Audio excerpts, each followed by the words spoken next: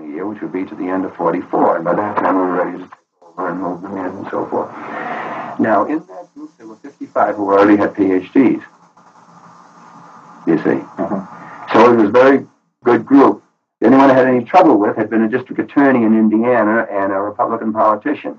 And I had trouble with him over certain things. For example, the Civil War in Spain. I gave him the truth of the Civil War in Spain. I mean, this was not a communist revolt against the Catholic Church or something like this, you see, and that's what this guy was.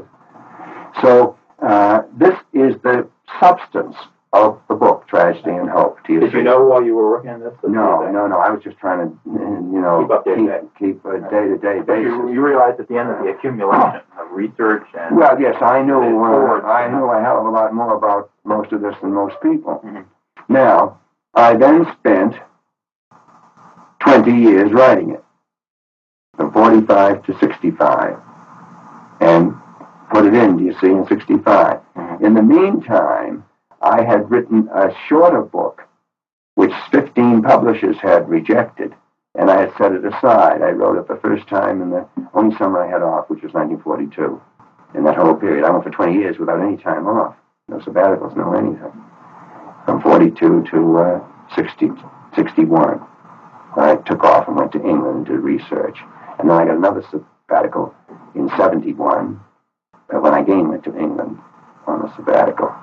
And so they owe me sabbatical time, whether I'll get it or not. I've asked for one semester of sabbatical before I retire. That simply means I get full pay for one semester. See, instead of half pay or whatever it is. I don't know what it is. I can't even look in. I don't have time to look in it. But in any case, I worked out all of these things, and my first book had been rejected by 15 publishers.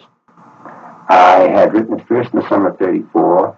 I then spent the summer of 42 in Princeton, in Donald Stafford's, and he died as Eastern Professor of Literature at Oxford after climbing the Pyrenees, running up and down the Pyrenees. And I wrote it in 42. Then I set that aside and wrote it a third time, just dashed it off.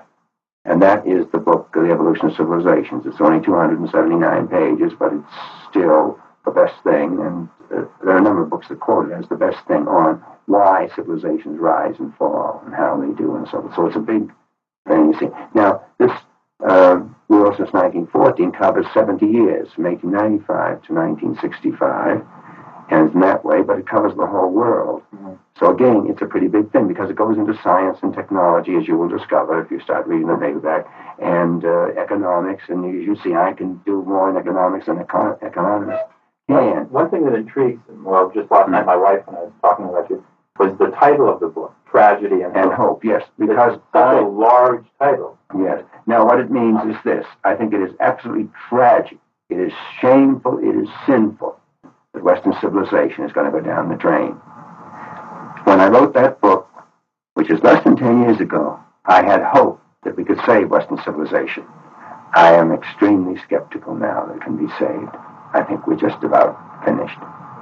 And I just threw a few things out here this morning in the class. You know, if we're going to allow a coal strike, and if we're going to overthrow the Portuguese government, because as soon as all these military dictatorships are not going to last, and so we get rid of a democracy because it wants to be a little liberal, and we put in a military dictatorship, but then collapses, and what happens? The communists come in. This is what happened in Portugal. Salazar was there since 1927. You see? All right, now they suddenly try to establish some kind of a non-military dictatorship. He wasn't a military, he was a college professor, but he was supported by the reactionary groups, and now they want to do something about that, and the same thing could happen in Greece. They're now going to probably, in Greece, try these generals who established military dictatorship because we got them to do it, you see? And this gives the communists, and it could well be, now this is what's worrying Kissinger. He thinks the whole Mediterranean now is going to go communist. So we're going to go into war to prevent this? Oh, I mean, it's sick. Let me go. Yeah. Now, when did you find a publisher for your book? I found a publisher instantly because the first book, I'm a current history, an editor, and I used to write a good deal for them, and that's who called me up one Monday and wants me to write about Spain today, what's going to happen in Spain, and I said it would take too much time, I don't do it. So the people at Current History said to me in 1960, I just mentioned I had this book. I had many books. I have a whole lot of books, half written and almost wholly written, you see. And they said, "Did you ever ask Peter Written?" And I said, "I never heard of him. Who was he?" He said, "Call him up at Macmillan." So right to the phone. I was at the American Historical Association in New York, the meeting of 1960, and I went to the phone and called Macmillan and asked for Peter Rittner, and he came on, and I said, "I have a book, and I have somebody here who's the editor of Current History, says that you would like it," and so forth. He said, "Send it to me." A week later, I got a letter from him. It's a marvelous book. How many pages did you send him? I sent the whole thing. Which was well, fat. Yeah, just about that fat. It came out as a book of 279.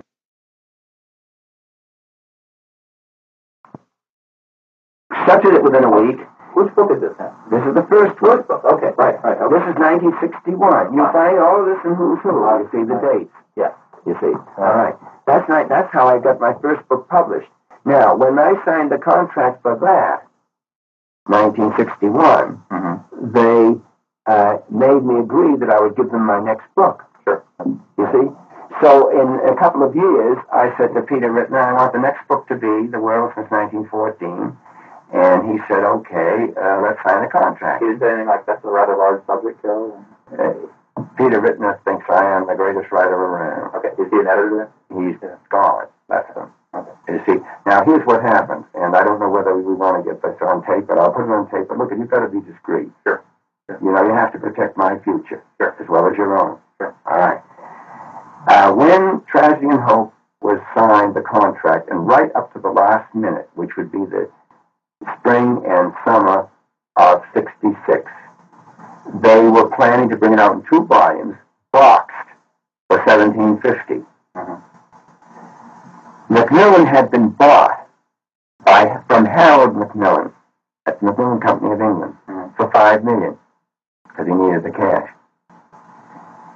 In the summer of '66, a holding company, Collier Books, which originally was Morgan, and they published Collier's magazine. Remember Collier's Weekly and stuff? All right. Collier's Books, now I don't know who controls it now, and it's one of these holding companies, came in. They bought up the Free Press, in Illinois. They bought up Brentano bookstores. They bought up Macmillan. They came in and they looked at what they bought and they said, "You're spending money wildly, you're not taking in money. We got to stop it." The accountants for those. Yeah. So they said, "No advertising on any books that are published for the next 6 months. You spent too much on advertising." And the editors like Peter Rittner screamed and said, "We're not going to stay if this is the way you're going to do things." So they said, "All right, 1 ad for each book." All right, I got 1 ad for Tragedy and Hope, and it was a 1/4 page in the New York Times book review, I believe. That's all. How do you spell Rittner's name? Ritner. Peter Rittner. I imagine he's in Who's Who. He should be. Anyway, he has since left them. I don't know what he is doing. He still lives in the same place that I visited him in Riverside Drive up near the George Washington Bridge. But he works for some World Book thing or something. There's World Publishers. Something else. And what he does, I don't know, because he's never got in touch with me since he left. And they also did not come out with the 2 volumes. No. And then when they saw it, they said, "Oh, this is going to cost too much. Cut it to 1 volume and cut the price $5." So that made it $12.50, but they never sold it at $12.50. They made it $12.95. So this is what it was sold. Now it went out of print. That was '66. It went out of print in '68. But in '68, Collier Books got in touch with me. I don't know how or why, and said, "We'll bring out the last half of this as a paperback," and that's what I gave you. That came out in '68. Right. And that, I think, is still in print. But I can't get an answer. I can't get a straight answer to any questions from them. For example, they never told me until 1974, when I was trying to fight the pirate who reprinted Tragedy and Hope, that it had been out of print. They told me it's out of stock, and we will republish when we get 2,000. Right. But they never could get 2,000. I've told you this, haven't I? Because they were telling everybody who wrote in that it's out of print. Now, And they denied it to me. when did you realize there was a pirate edition? How did you find out? I found out when somebody got a plain envelope with a slip of paper in it available again in short supply. Tragedy and Hope, the whole book. And they came to you and no, they called me up and said, "Did you know that your book is reprinted?" I said, "Which book?" Because they both had a print, see. And they said, "Tragedy and Hope." I said, "No, it isn't." You don't know who this person was? No, because it's exact copy, exact. The dust jacket, everything, the binding is the same. Did they reset the type, or is it photo reproduction? It's exactly the same. Right. Now, I can tell instantly that it's different because they didn't notice that the original had yellow top on the pages. Here. All right. You see, the original. Right. The new one is white. So you, I would imagine, would call Macmillan and say, "Hey, you must be upset that they're reprinting." I mean, that would be a logical. They didn't give a damn, and I'll tell you why. But did you call? Now, how much? We'll talk when we're done with it. And I'll ask you how much of this you're comfortable with in light of your lawsuit, et cetera, et cetera. Yeah. Well, I don't know, and I don't know why Macmillan acted like this. Now, immediately. But my logical reaction would be to call Macmillan and say, "Gee, you must really be upset." I didn't. Not right away. I didn't, because they had lied to me so many times and so many. We already knew it was there's something funny. They had lied to me. You see, on everything, and I have letters to prove that, because I have from written letters apologizing for information previously given to him, because they had lied to him when he called up to ask if they wrote a print or not, you see, and they said no, and so forth. Now, the big thing is, my contract both had in it that if it went out of print, I had the right to recover the plates. Right. They never got in touch with me for the plates. I learned in March of this year that they destroyed the plates of Tragedy and Hope. I learned in the summer 1971, because my wife got mad and called Macmillan on the phone every week while I was in England, and finally got from them a letter in which they said the plates had been destroyed. They said inadvertently destroyed the plates of the first book, Evolution of Civilizations, you see? Mm-hmm. Okay, so you find, so a guy called you, an anonymous caller. Yeah, well, he identified himself, to me, but no. And he gave me his name and so forth, and he had got this. And, you want to shut that off? A second. And the way I found out was, I sent an order. I let somebody else send an order. Now, this was my assistant who sent a check, sent an order. And nothing came. And then we discovered they'd only pay if you sent them cash ahead of time. You see, a check wouldn't do? Well, I guess I did send a check. But not the whole thing. No, I sent the check, the whole thing.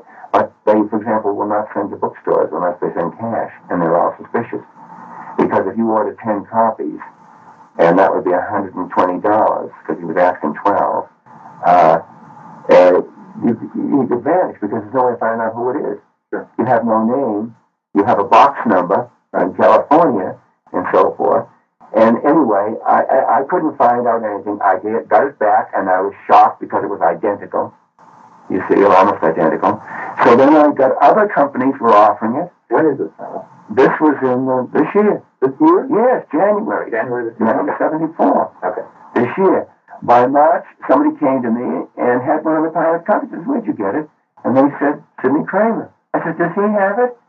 And he said, "Sure, he had 4 or 5 of them there." So I called up Sidney Kramer and asked if he had it, and he said yes, and I went down there, and he's very hard to get information out of, but finally I found out that he sent an order in, and they send me a check, and I'll send it, you see? Mm-hmm. And he sold them and repeated the order and so forth. So then I told our bookstore. He's using the same address you have? Yes, he was using. You still don't know who it is? And at that time you did not know who it is? I still am not certain. Really? Who it is. And I will now, and I'll tell you why. One of the places that was offering them for sale, and there was about 5 places that were offering it for sale, and I've got since a number of others that they come to me from students, or they don't write to me directly ever. Now, no one ever approached me. Well, one reason I was suspicious of Macmillan was this. The fact that the radical right, the John Birch Society and so forth, was getting all up over this book, goes back to at least 69. I was going to ask you about that. 69. Yes, and a book book appeared called The Naked Capitalist by Scoosens. Now, of that book, about a fifth of it is direct quote from my book. Now, he says it's from my book, it's in quotation marks, but nevertheless it's a violation of copyright. I got in touch with Macmillan, they would not do a thing. They said, I said, aren't you going to defend my copyright? They said, no, if you want to do something, we will support you and, and be a witness if you want and so forth. Well, I wasn't going to sue this guy. He's a professor of religion at Brigham Young University, former police chief of Salt Lake City. You know about it. Yeah, all right. He's run the gamut. So whether he has, and he's been in the FBI for years, right. So whether he would have any money, it wouldn't be worth my while to sue him, do you see, probably? And another state and so forth. So I decided I'd let that go, but then I discovered they wouldn't do anything. And then Congressman Rarick, who was beaten in the primary just now, put that book into the Congressional Record, and a lot of things like this. Then this book was distributed to every registered voter in New Hampshire. And no point, they never called you and said, and after a quote. I mean, no, nobody ever. It'd be like me writing a story without ever talking to you. Yeah, nobody ever wrote to me about this. You know where they got the picture of you from the PR office here? I think, let me see which picture it is. They tried to get pictures from the PR office, and I said, don't give anybody a picture if they won't tell you why. Oh, they got this from the PR office. Now, Scoosens couldn't get a picture of me.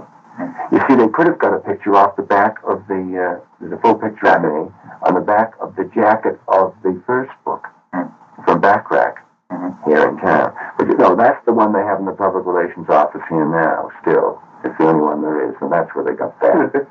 Well, it's all right, but then they put it on the same page with J.P. Morgan, this is rather nonsense to me. I mean, you're right to laugh. It's a joke, but it's also silly, linking me with Morgan or with any of these people. But then they're full of statements. Anyway, Rarick and other people filled the Congressional Record with this. Then the John Birch Society started talking about it in their various publications. And then, of course, this guy is a John Birch employee. And he published, even before this, did he, the book Nixon, the Man Behind the Mask. Yeah, that's in 69. I knew nothing about that until 2 weeks ago. Really? Nixon, the Man Behind the Mask. When one of the priests here met me and said, I've been looking for you. I said, well, look, it's free. Go right and look all you want. He said, no, I want to ask you about this Gary Allen who wrote a book about Nixon. And I said, well, I know Gary Allen. I didn't know he wrote a book about Nixon, so I don't keep up with this stuff. And he said, well, I have it, and the whole third chapter is about you and your book, Trash and Hope. I said, really? So he let me have it, and I read it, and it was. And now there's others. That you don't know Gary Allen personally? No. Now, here's what happened. A crisis occurred at Brigham Young, and I should not go in it in detail because I don't know anything for sure. Yeah, I know something. All right, they had a hell of the campus was blown apart by a fight between the political science department and Scoosens, in which they declared he was unworthy to be a Mormon professor and should be fired. Right. And he defended himself, and what happened, I do not know. All I know is this. He lost it. Who? He lost it. Oh, did he? He got ousted. Oh, I didn't know that. You see, I never find out. Nobody ever tells me these things. I'll check. Former chief police felt like they Quigley, Augustus Rally. He did get rid of him, huh? He did. I think he lost that fight in the University option. I never would have. Well, anyway, the reason, all I know about it is this. I gave 3 papers at the American Association for the Advancement of Science. I'm going to give you one of them. Okay. And because they liked it so much, they printed thousands of them, or, processed thousands of them and distributed them to all the press in the press room. Right. They liked this one, so it wasn't the best of them. General Crises in Civilization, which is this an attractive title.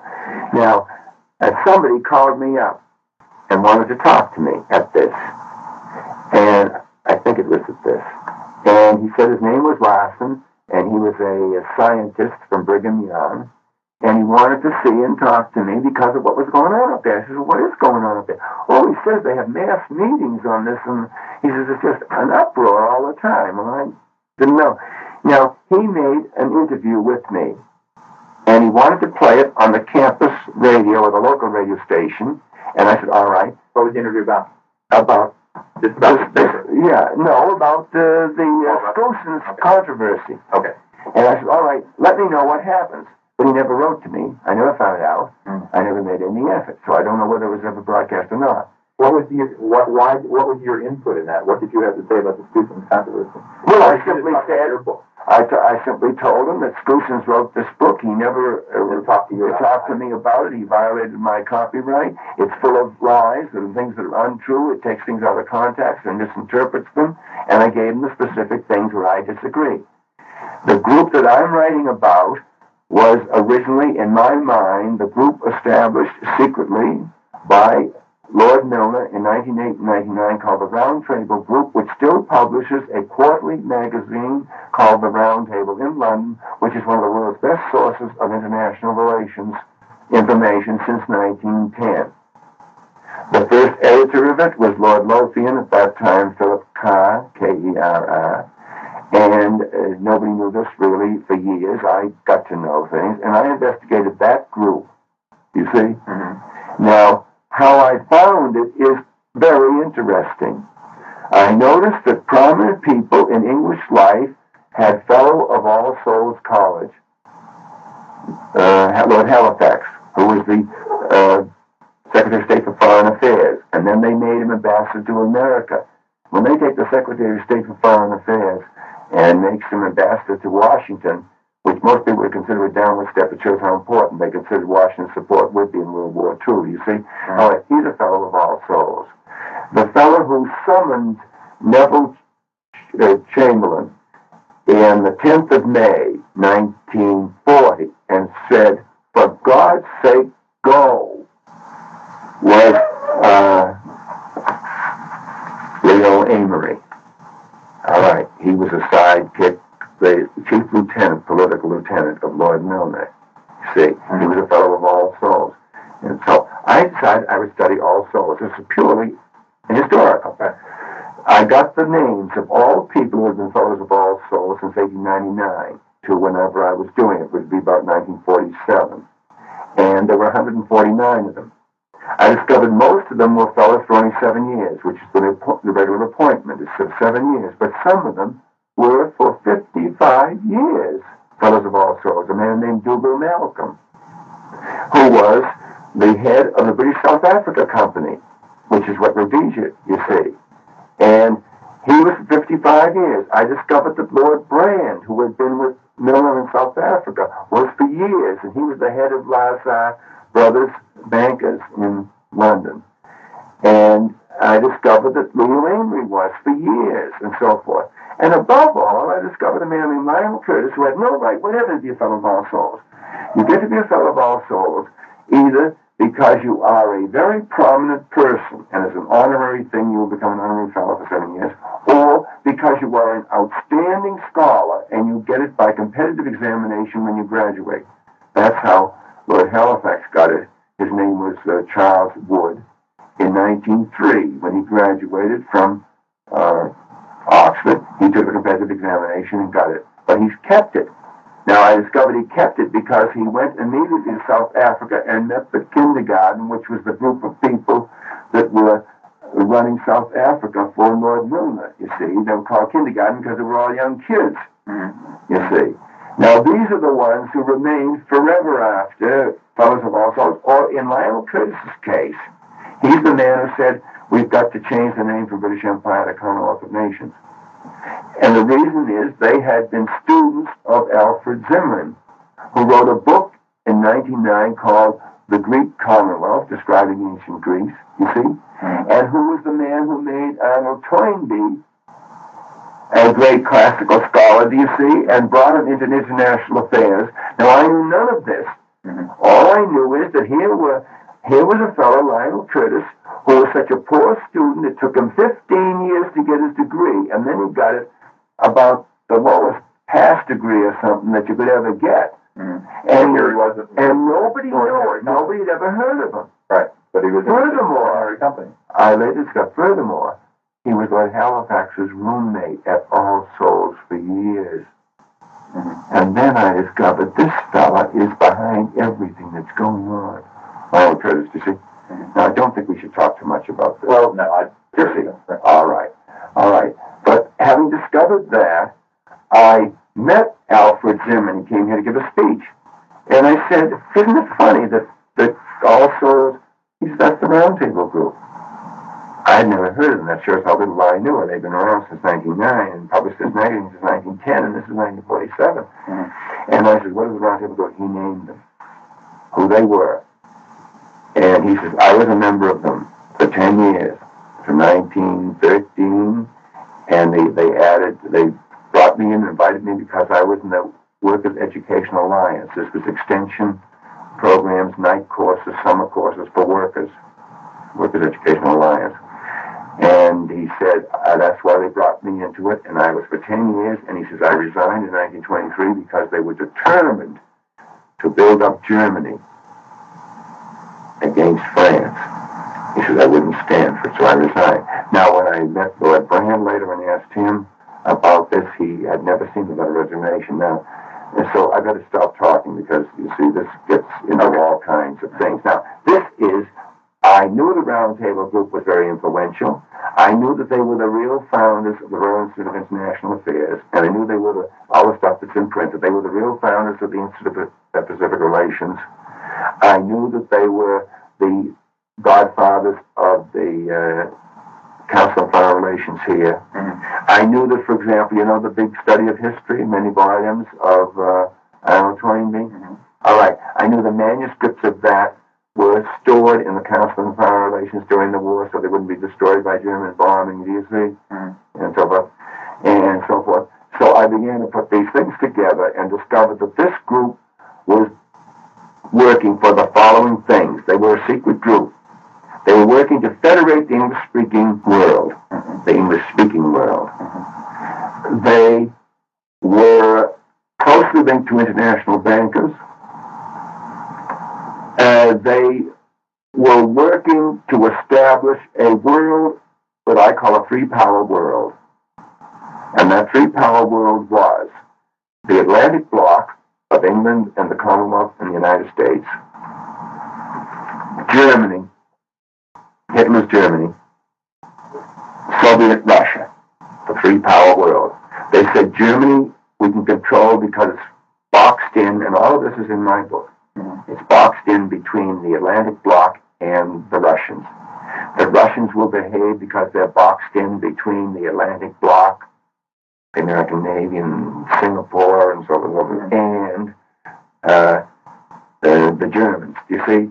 And therefore, now this is all described in my book, and this was their idea. Now notice, it's a balance of power system. It's essentially what Kissinger, although he doesn't know what he's doing, he's bungling everything. Because he's just a prima donna,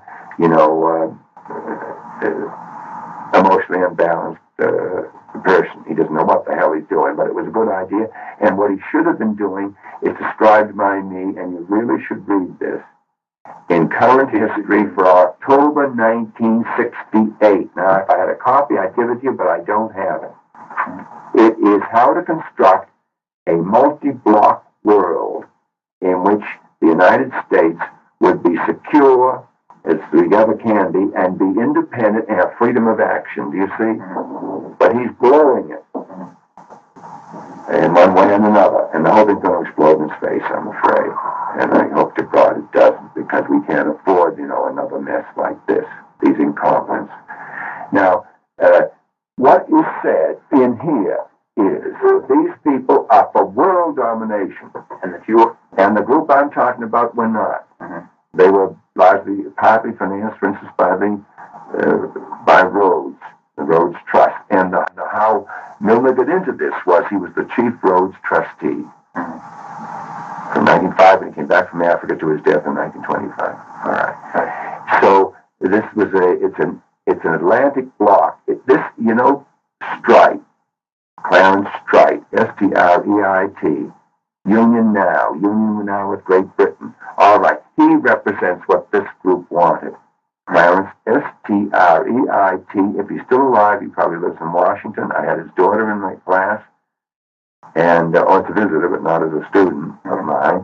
And he was built up by this people as the only solution. This is in my book.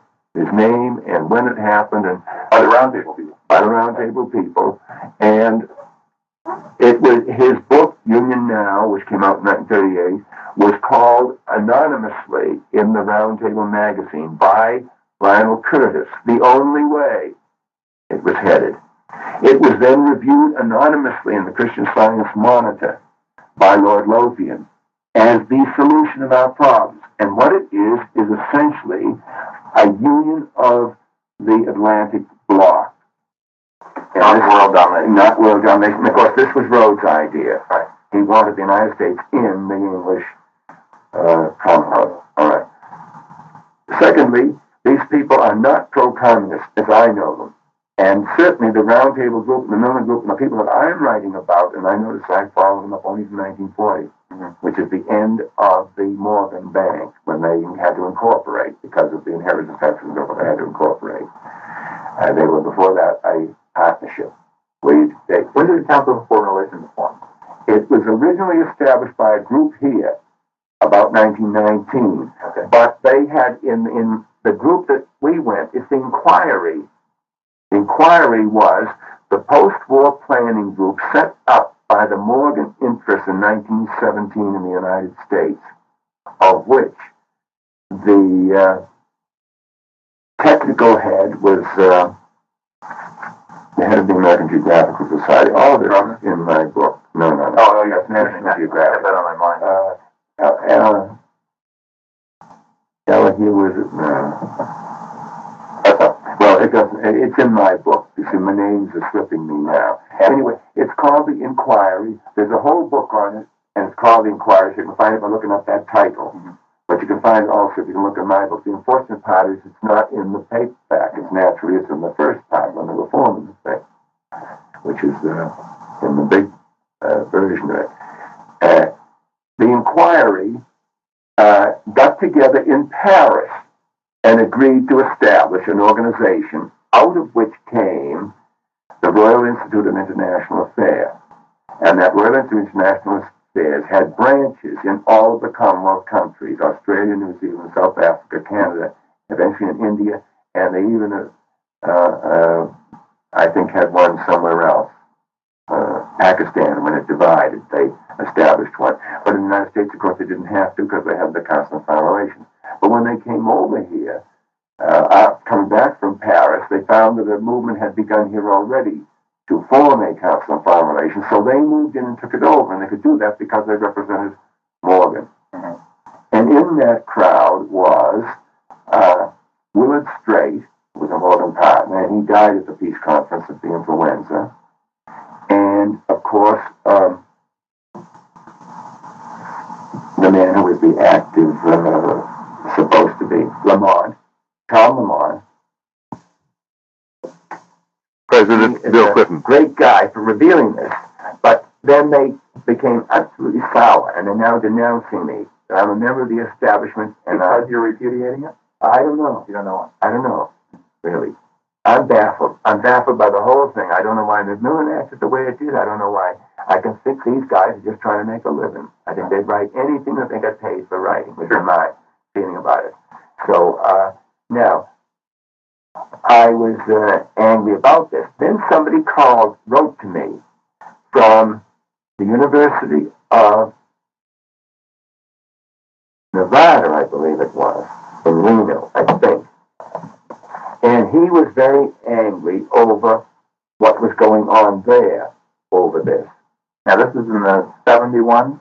No, this would be 73. 73, that it came to your attention. This came in the election of 72. 72. The spring of 72. Okay, fine. That was right after it came out? Yeah, I think. Okay. Then in 73, somebody called me. Now, I can give you the exact dates on this if I can get the papers, but I don't have them anyway. And he wanted me to do something to stop the influence that this book was having in Nevada, particularly as promoting anti-Semitism. Now, basically, Professor Quigley is talking about the book None Dare Call It Conspiracy, written by Gary Allen and Larry Abraham. And the book doesn't promote anti-Semitism. It does talk about some Jewish bankers, but then there are Jewish bankers and there are a lot of non-Jewish bankers. It has nothing to do with Jewish at all. It has to do with people who have the desire to create a world system. And the majority of bankers, as Carroll Quigley points out, the international bankers are not Jewish at all. In fact, many times these Jewish names are used, I believe, personally as a front to draw our attention away from the real forces working behind the scenes. So let's go ahead and go on with the interview with Professor Quigley. Because there's a group of people who are using this book, and they're total nuts. I get letters from them all the time. I can show you some of them if you want. Complete nuts. Who claim that this is a Jewish conspiracy, that it's part of the same thing as the Protocols of the Elders of Zion, which we now know was a disastrous Russian police forgery of 1905. It wasn't. It was written by that this is the same thing by as Madame Blavatsky's the Illuminati. disciples. And the Illuminati were founded in 1776 by a Bavarian named, I think it's Weishaupt. Like that. And that the Illuminati are a branch of the Masons, and that they took over the Masons, you see. And the whole thing is a nightmare. Right? That all secret societies is the same secret society. Now, this was established by nuts for hundreds of years. There were people who said the Society of Cincinnati in the American Revolution, of which George Washington was one of the shining lights, was a branch of the Illuminati and was a secret society, and therefore that's why the Masons built the monument in Alexandria to Washington. Not because he was the first president of the United States, because he was the Mason and the head of the Illuminati in this country, and therefore was one of the founders of the Society of Cincinnati. Do you see what I mean? And it becomes, you can't believe it. Now, these same conspirators are the Jacobins who made the French Revolution. A woman named Nesta, N-E-S-T-A, Webster, wrote that book. To refute it, my tutor, who's a Rhodes Scholar, Crane Brinton, B-R-A-N-T-O-N, wrote his doctoral dissertation called The Jacobins, in which he refutes her.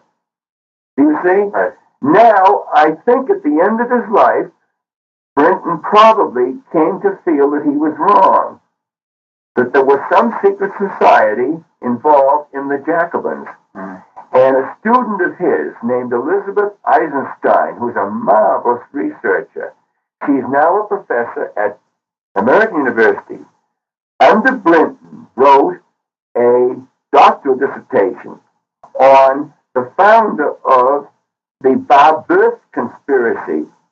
The Babeuf conspiracy was a conspiracy of the extreme left, which burst out in France in 1894 or so, led by a man named Babeuf, who was executed for it. But the man behind it was a descendant of Michelangelo named Buonarroti, because Michelangelo's family name was Buonarroti. Look, if you can, at Eisenstein's book, which is published by Harvard, a doctoral dissertation, which shows that Buonarroti founded many secret societies. You see, one of them was the Babeuf people, who are now being praised to the skies by all the neo-Marxists, like Marcuse and others, you see, as the great heroes, because they tried to change the French Revolution from a middle-class, bourgeois, capitalist revolution, constitutional revolution, into a communist revolution. Now, Buonarroti is also the founder of the Carbonari, of which Mazzini was the head in the 1840s, which united Italy in the 1860s. Do you see? So, if you start with Buonarroti, which as far as I can see is 1893 and 1793, 1794, I think you can trace a connection down through these various secret societies which culminate in the Mazzini Carbonari. For example, I'll say one thing. Italy was able to get free from Austria only because France defeated Austria. Why did France do that? Nobody can see why. It wasn't to France's interest. And yet France declared war in 1859 on Austria. and at the Battle of Magenta and Solferino defeated, and suddenly made a peace treaty without freeing all of Italy. And the reason we're told they suddenly made the peace treaty was because the emperor, this is Napoleon III, was so sickened at the sight of the blood. Do you see? Now, why did he do this? He did this because in 1868, a Carbonaro threw a bomb at him. This Carbonaro was arrested, executed, but before he was executed, the emperor went to his cell, as I understand it, and the Carbonaro gave him the secret sign of a fellow Carbonaro because the emperor of France, was elected president of France in 1848, seized the throne in 51 and proclaimed a new Napoleonic empire, and was overthrown by the Germans in 71. So he was the emperor for 70, really, for 20 years, you see. But he had been a refugee from France because he tried to make a revolt in France, I think it was 1829. And as a refugee, he joined the Carbonari secret society. Furthermore, he was a private policeman in the Chartist March on Parliament in London in 1848, the year in which he was elected president of France. He's a mysterious figure, do you see? So, what I'm summing up is this. I do think that there is probably a continuous sequence of secret societies from Buonarroti, Barber's conspiracy, which is 1894-95, through the Carbonari unification of Italy, which would be 1861. I cannot see anything since then. It may exist. I haven't really studied it.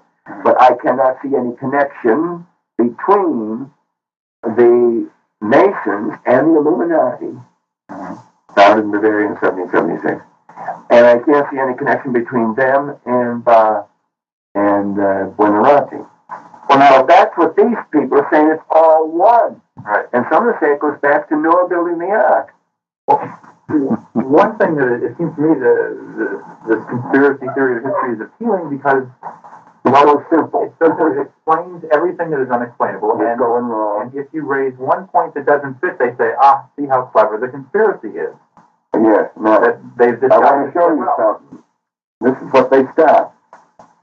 They start by showing you a $1 bill. And they say, why is there a pyramid with an eye over it? Do you see? This is the symbol of the secret society.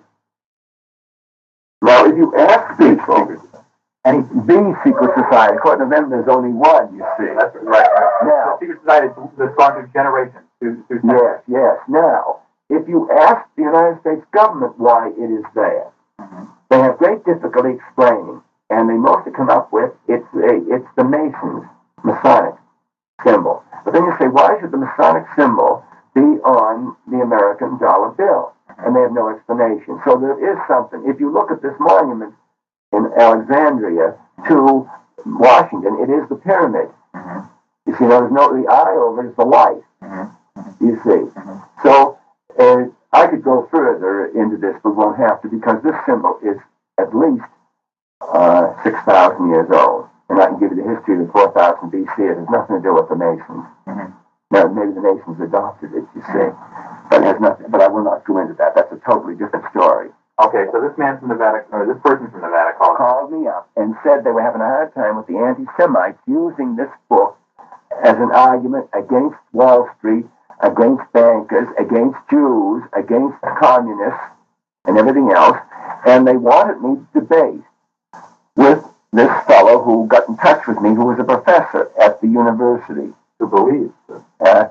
No, he doesn't believe it. He was trying to get rid of it. The same way the fellow who called me from Brigham Young was trying to stop this hysteria, which was sweeping that mountain area, apparently. Right. And so they said, would you debate Gary Allen and Larry Abrams? And I said, well, I'd rather not. He said, well, we need your help. And I says, well, are they both going to be debating me? And he says, no, there's a Dr. So-and-so here who will debate with you. And he is, I think, a medical doctor. I'm not certain of that. But he was Jewish. And what he was interested in was the anti-Semitism part of it. He's going to debate on your team, on your side. On my side. And they said it's going to be absolutely the strictest thing. We'll be on the air for an hour. We'll be hooked up on telephone through the country. I will be the coordinator, said this fellow, of this, and it'll be rigorous. You must stay on the subject or I will stop you. There must be no personality attacks or I will stop you. You can each talk for 10 minutes, I think it is, or 5 minutes it could have been. And then when each of the four has talked, I think it was for 10 minutes, then each will have the right to have a 5-minute rebuttal or something, you see. Now, in the course of it, I soon discovered that Gary Allen didn't know up from down. But Larry Abram was immensely well informed. He knew all about corporation finance and bankers and who were their partners. He's tremendous. How did you find out talking to people? I found out from the debate. Oh, okay, that's what I was going to ask. You did go to the debate? Yeah, Larry Allen simply repeated everything that was in here. Right. When I put in my rebuttal and said these various things, he then started pulling information at me. Some of it I had never heard of. Now, I don't know everything. And the new book that's out now, published by the Buckley, I guess it's the Bill Buckley Press, Arlington House, I suppose it's Bill Buckley, I'm not sure of that, called The Bolsheviks and Wall Street. Oh, we got to go to lunch. The Bolsheviks and Wall Street has lots of things in there that I didn't know. Mm-hmm. I can stop this. Yeah, well, I told you that. You want to put down there? Yeah.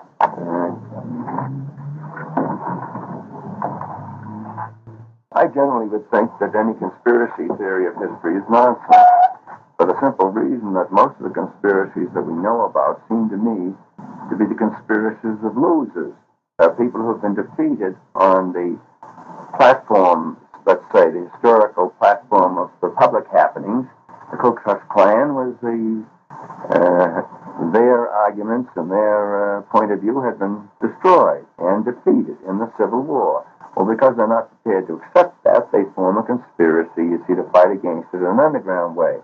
And those people who could fight up in the open do so. Those who can't go underground. It seems to me this is essentially what conspiracy, the Palestinian Liberation Army, is a similar thing. You see, I think on the whole they're pretty well a group that has not got really very much, and so they have to be terrorists. And well, if I could play the devil's advocate, I think talking about the international banking conspiracy, they have not lost out. They simply don't want any attention. They don't want to draw the ire of the people.